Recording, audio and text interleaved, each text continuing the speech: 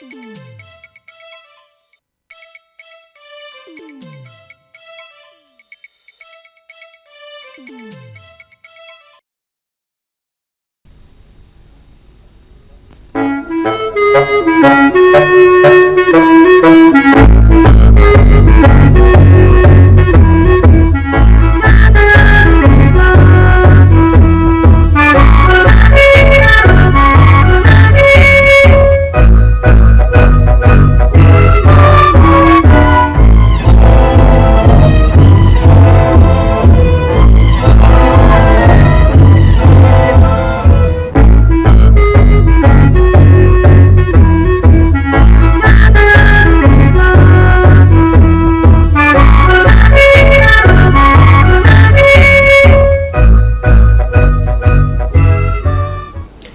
evening, welcome to Face to Face. I'm David McCarthy. Tonight we're interviewing the State Attorney General Rob Holes. Welcome, Rob. How are you? Great to be here, David. Cool. Thanks for coming.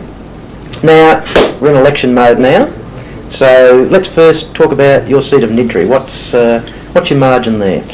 After the redistribution, margin's about 6.5%. It takes in suburbs of Niddry, Keilor East, Kealba. It takes in Airport West.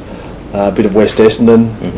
I live there, have lived out there for some years now, and I call it particularly that shopping strip in Keilor Road. It's a bit like the Chapel Street of the Northwest. It is, fantastic place. Yeah, I was actually driving through there today, so a lot of activity going on out there, a lot of building.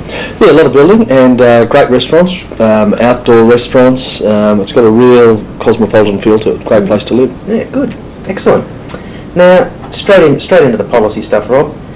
When you set up the Attorney General's Advisory Committee on gay and lesbian law reform, and then subsequent to that when you framed the same-sex relationships legislation, what particular problems did you encounter with some of the, let's call them, more conservative elements of the Parliament?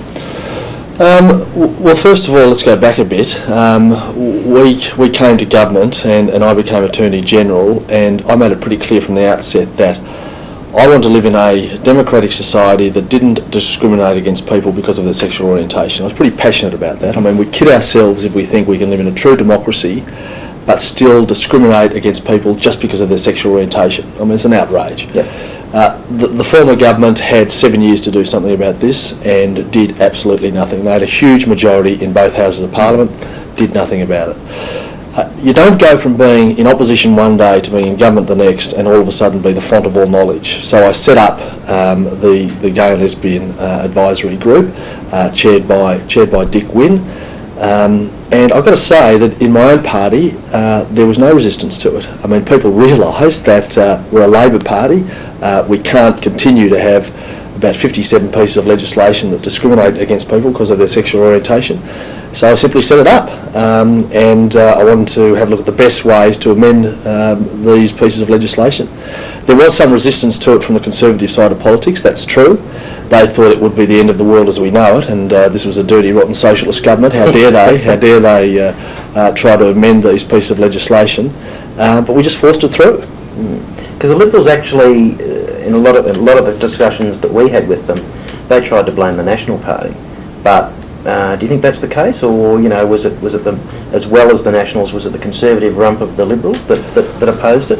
Yeah, I think that there's been an attempt to rewrite history, I've got to say, by the Libs. The Libs were disgraceful on this, as were the Nats. As I said, you're either passionate about living in a democracy, a true democracy, or you're not. You can bury your head in the sand and take the view that, oh well, let's continue to live in this, 1950s white picket fence, myopic, homophobic world, and pretend that gays and lesbians just don't exist, and if they do, they shouldn't have any rights. Or you can actually be passionate about a democracy and you can try and change the thing and change the laws, and that's what I believe government should be about. And there were many in the Liberal Party, I've got to say, that were dragged kicking and screaming in relation to supporting our legislation. Ultimately, when the legislation got through, with the support of certainly the support of Susan Davies, the Libs took the view, oh well, this is going to get through, we better get on board, and not just that, let's pretend we're at the forefront of this legislation, which is an absolute nonsense. 7 years, did nothing, and it was a great day for Victoria, a great day for democracy when the legislation finally got through. Well, interestingly, Susan Davies, her opponent in Bass is Ken Smith, who's the current upper house member down in Wonthaggi, and can't work out quite why he's moved, but that's going to be an interesting contest there because the new seat of Bass that takes in parts of Pakenham, and I don't think Ken Smith is perhaps quite as well known there as Susan, so we're actually having Susan on in a week or so, but Ken Smith was one of those people that actually opposed the legislation quite strongly in the party room, so...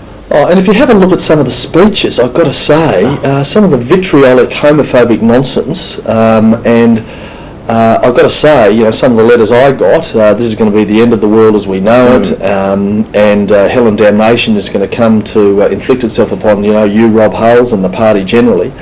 I take that with a grain of salt because you've got to be driven about democracy, you've got to be passionate about what you believe in, and yes, you'll get some fruitcakes who'll tell you that it is going to be the end of the world as we know it, but if you think you're doing the right thing, you consult widely.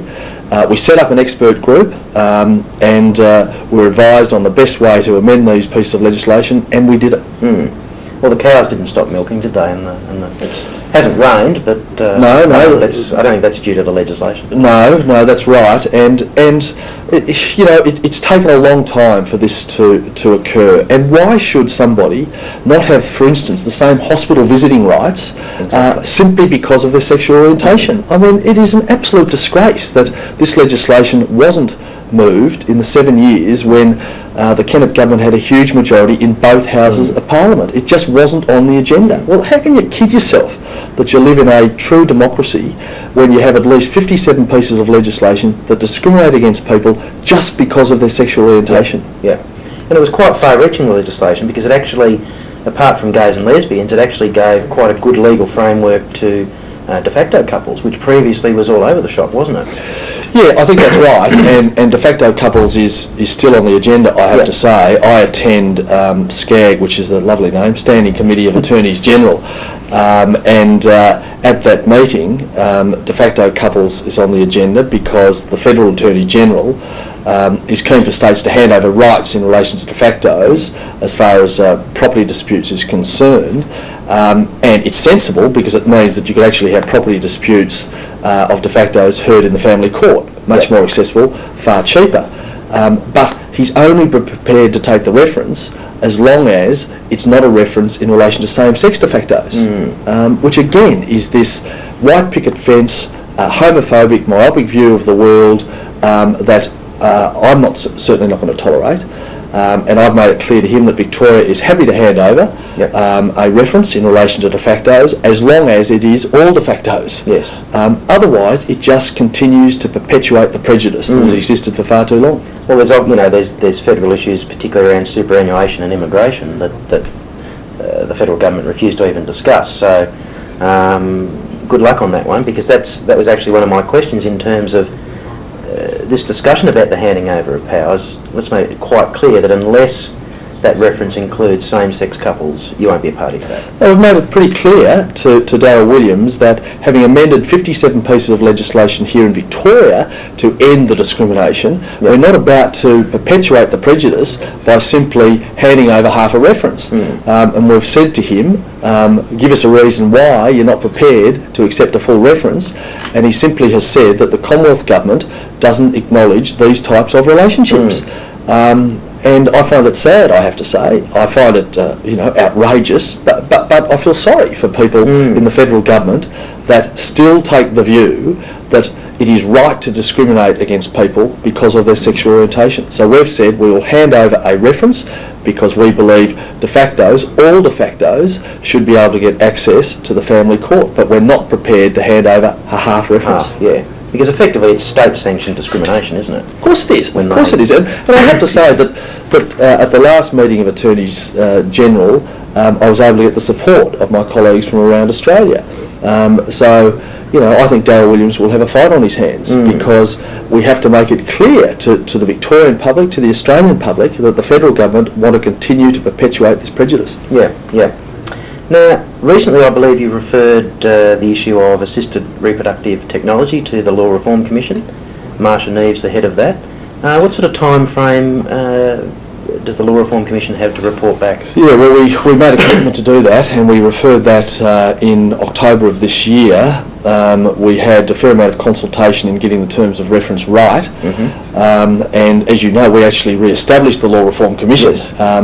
As I said before, you don't go from being the font of all knowledge or being a backbencher one day to having the font of all knowledge overnight when you become a minister. We re-established the Law Reform Commission, an independent expert body on law reform. It was abolished under the former mob, and Marcia Neve is now having a look at that. In relation to timelines, look, I expect it'll be within perhaps 12 months. There'll be a substantial amount of consultation that has to take place. But again, whatever her recommendations are, I'd be looking for bipartisan support. Yeah. I think these types of issues ought to be above politics. Yes, we play political games from time to time, and you'll see a bit of argy-bargy going on during the current election campaign, but there are certain things that should be above politics. Yep. And issues such as this, issues about discrimination, issues that go to the heart and soul of the gay and lesbian community, which includes ending discrimination against them because of their sexual orientation, ought to be above politics in my view. Yeah, because I mean, my view is that if the state provides a service, then it must provide it to everyone. Otherwise, what you have is sections of the community that are funding a service, or that are funding, the government and the government of the state. Yet they're not actually being able to take part in those services. So it's quite an important point. Do you think? What do you think of the chances of bipartisan support, assuming that the Law Reform Commission comes down with a favourable recommendation? Do you think it's likely to get bipartisan support? I'd say it's Buckley's chance, I've got to say. If you have a look at the form of the Conservatives in relation to what occurred with the legislation that we were able to pass, meaning 57 pieces of legislation, kicking and screaming, they were dragged. In relation to this issue, which is a complex issue, it's a very important issue. It's not an easy issue. I think that they'll go to jelly. I think that they'll go to water. They did nothing in 7 years, and nothing has made me change my mind that they're any different to what they used to be. I mean, we've actually asked the National Party for a view on it, but true to form, they've actually said they can't. They won't give us a view. But that doesn't surprise. No. Now we're going to a break now. We'll be back on Face to Face after this ad break. Thanks for joining us.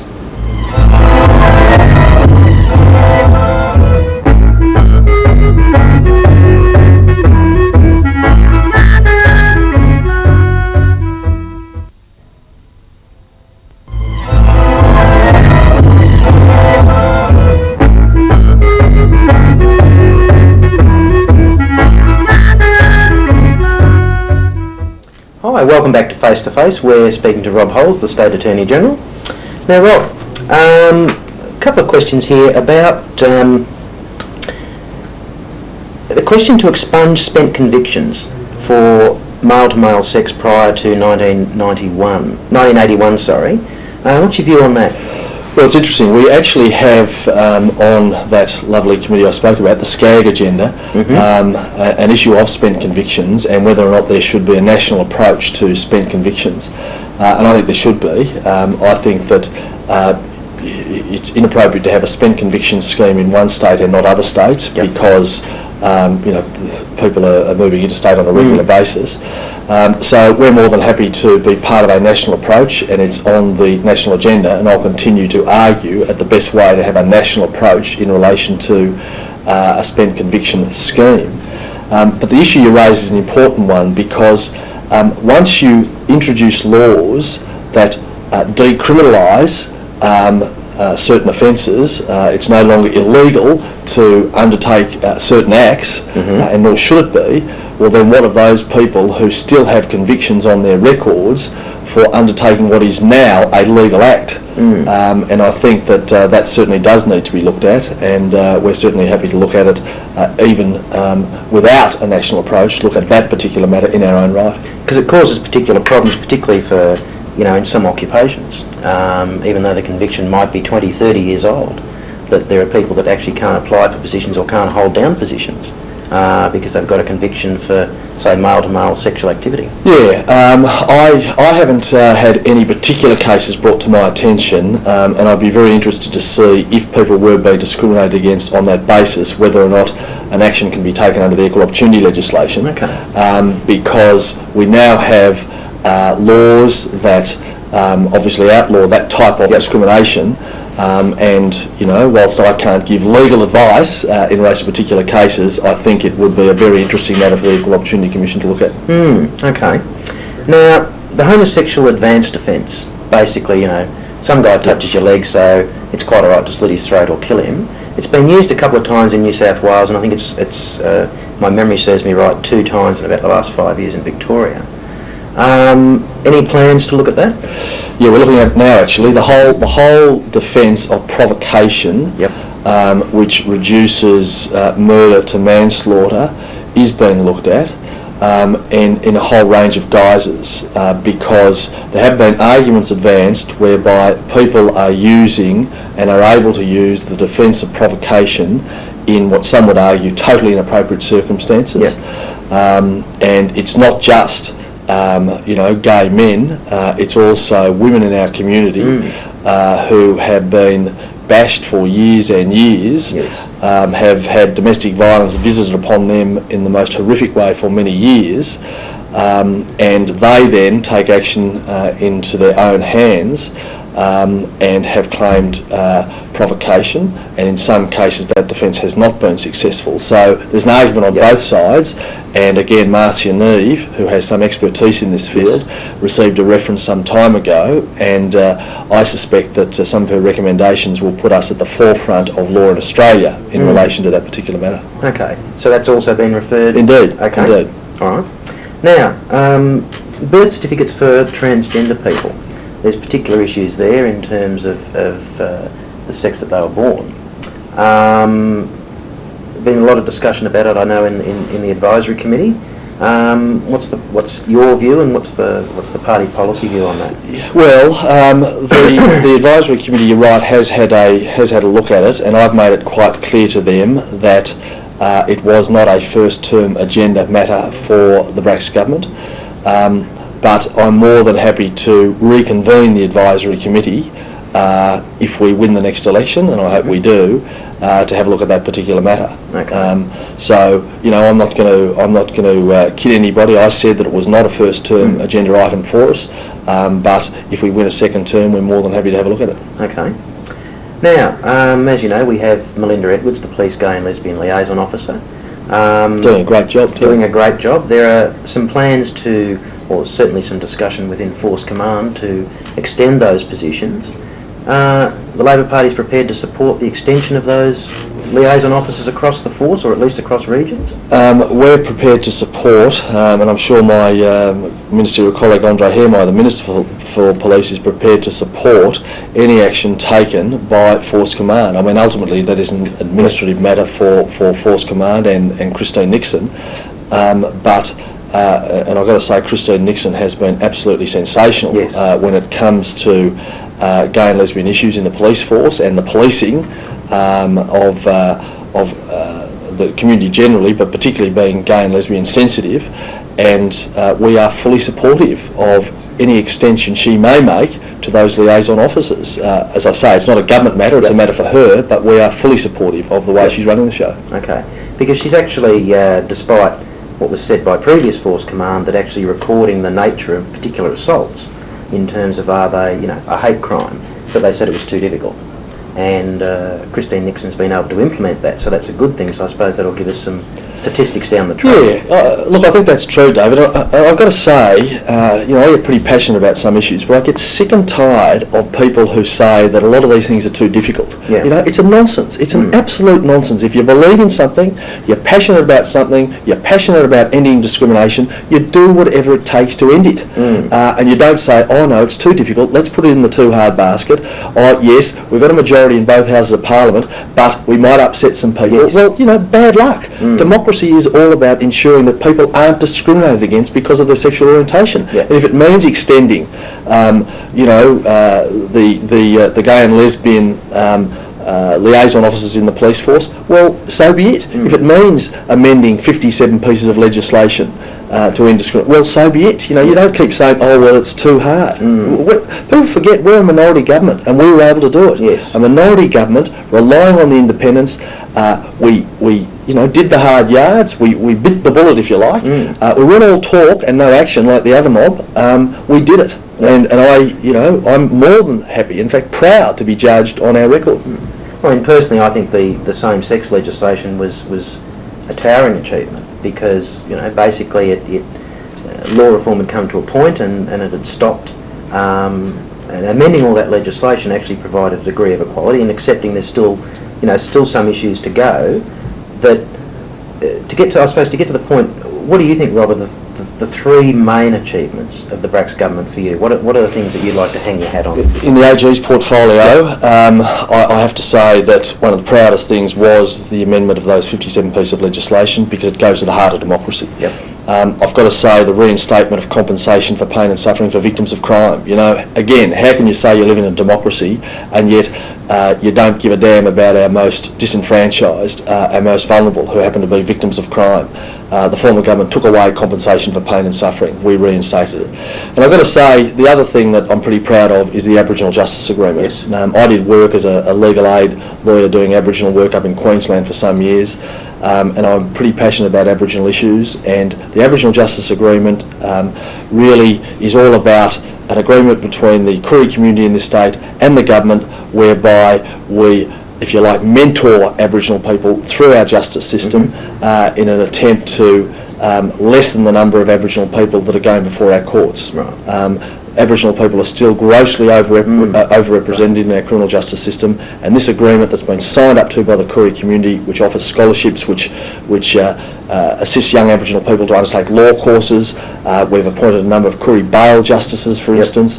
It's just fantastic, and the rest of Australia is watching it. I think we're leading the rest of Australia as far as our Aboriginal Justice Agreement is concerned. Okay. Now, one quick question before we close. There's been a bit of a lot of talk about drug courts, and a lot of talk about the police having the ability to give people warning. Does that need a legislative framework, the warning system? Is that something, or it can just be done in effect by regulation? Well, actually, we made sure that we put in place a drug court around which we put a legislative framework. So the drug court does have a legislative regime to it, and it's all about treating people who go before our courts with a drug addiction, not so much as criminals, but treating them for the health problem that they have, and trying to get them off drugs and out of our criminal justice system. So it ends the recidivism that's taking place, and it's all about, again, looking after vulnerable members of our community that are drug addicted in a more enlightened way, I guess you could say. And it's being monitored. We set it up in Dandenong. We hope to expand it, subject to how it goes in Dandenong. But we think, again, we're going to lead the nation as far as drug courts are concerned. Okay. Now, we're just about to close, but I'll give you the opportunity for a 30-second spiel on why the people of Niddrie should vote for you. Well, the people of Niddrie. Well, I hope the people of Niddrie vote for me because they reckon I've done a good job for them locally. One of the first things we were able to do when we came to government was to end what Kennett was going to do with the Niddrie quarry. He was going to turn it into a toxic dump, and we rallied as a local community. We fought against that, and as a result now we have a housing development taking place instead of a toxic dump. We've also increased funding for schools and also aged care centres and the like. So again, I'm not one of these politicians that's scared to be judged on what they've done. I hope I'm judged on what I've done, not just for the people of Niddrie, but also in the AG's portfolio. Okay. Well, we've got an election in a few weeks' time. We're all going to be hanging on tenterhooks until then, so we've got a number of other interviews. We've got your opposite number, Victor Purton, to do in a week or so. So good luck in the election, and thanks once again for coming on. Thanks. And thank you for watching Face to Face. Good evening.